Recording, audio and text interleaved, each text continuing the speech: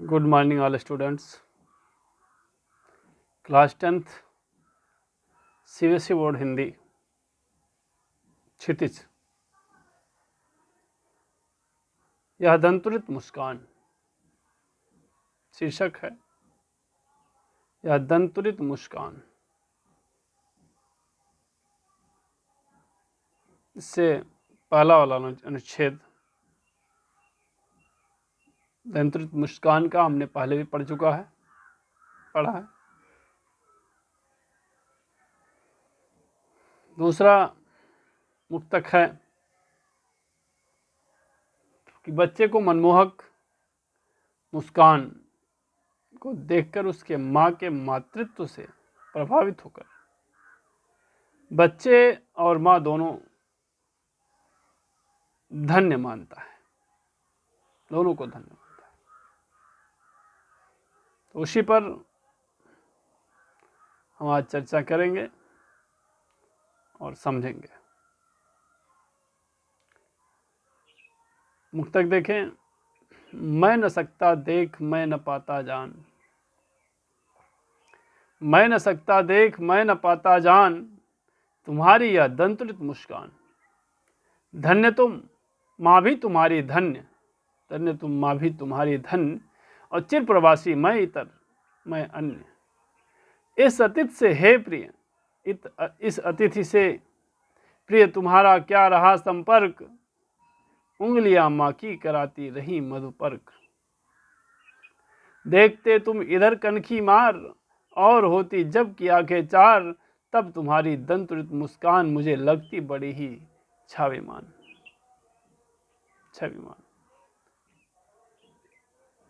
कठिन शब्द कुछ है। इतर, इतर माने दूसरा, और मधुपर्क माने दही, शहद, घी, दूध और जल का योग जो देवता और अतिथि के सामने रखा जाता है, जो देवता और अतिथि के सामने रखा जाता है। साधारण लोग इसे पंचामृत कहते हैं।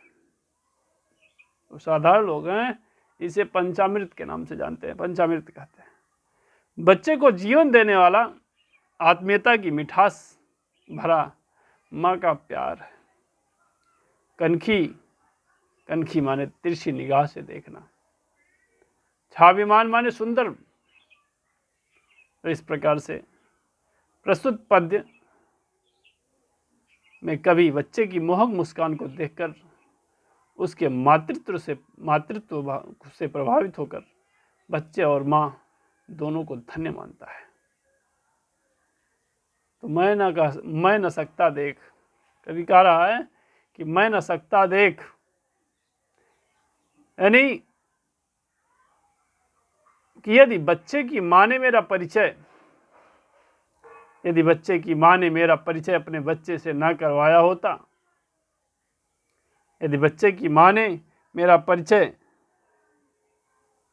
बच्चे से ना करवाया होता, तो मैं अब तक उसकी दंतुरित मुस्कान की, तो मैं अब तक तुम्हारी दंतुरित मुस्कान, उसकी दंतुरित मुस्कान की मनमोहकता से अनजान ही रहता,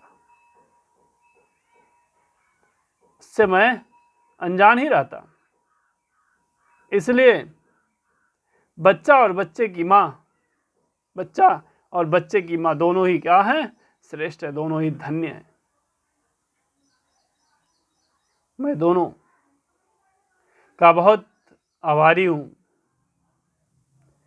जिन्होंने मुझे बच्चे की इस मुस्कान का दर्शन करवाए।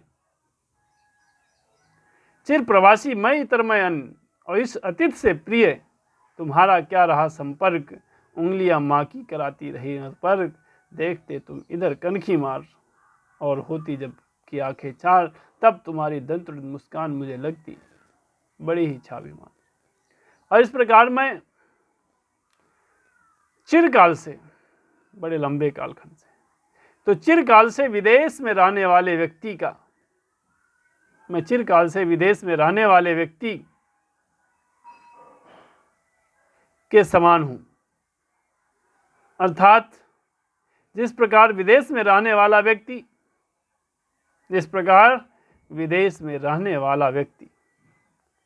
दूसरे देश से परिचित नहीं होता, वैसे ही अगर माँ ने अपने बच्चे से मेरा परिचय न करवाया होता तो मैं कभी उसकी मनमोहक मुस्कान से परिचित नहीं हो पाता। इसलिए मैं दूसरा अन्य ही बना रहता, यानी मैं थर्ड पर्सन बना रहता, मैं उससे अलग ही रहता। इसलिए बच्चा ना तो मुझे जान पाता और ना ही मैं बच्चे को जान पाता। दोनों एक दूसरे से अपरिचित रहते। और मुझ अतिथि से भला तुम्हारा क्या संबंध हो सकता है? मुझ अतिथि से भला तुम्हारा क्या संबंध हो सकता है? माँ के द्वारा जान पहचान करवाने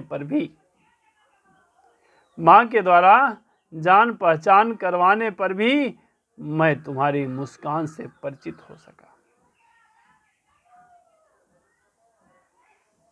माँ के द्वारा जान पहचान करवाने पर ही मैं तुमसे परिचित हो सका। इसलिए तुम्हारी माँ की उंगलियां हमेशा तुम्हें मातृत्व युक्त आत्मीयता देती रहे। अर्थात माँ के स्पर्श से ही तुम्हारा मातृत्व पाते रहे हो। माँ के स्पर्श से ही तुम उसका मातृत्व भाव पाते रहे हो। इसलिए मेरी आंखें तुमसे मिलते ही होती जब कि आंखें चार, तब तुम्हारी तंत्र मुस्कान मुझे लगती बड़ी छावी। और जब मेरी आंखें तुमसे मिलते ही, जब तुम तिरछी निगाह से मेरी तरफ देखते हुए मुस्कुराते हो, तो मुझे तुम्हारी यह मुस्कान बहुत ही मनभावन लगती है। तो तुम्हारी यह मुस्कान जो है और मेरे मन को बड़े ही मनभावन और बड़े ही लोकप्रिय लगती है। तो टिप्पणी देखें, कवि ने बच्चे की छल रहित मुस्कान का अत्यंत मनमोहक और प्रभावशाली वर्णन किया है। आंखें चार होना मुहावरे का प्रयोग किया गया है। प्रस्तुत काव्य में कवि ने माँ के महत्व को प्रतिपादित किया है। मुक्तक छंद में रचित कविता है। कवि ने नवीन उपमानों का प्रयोग किया है।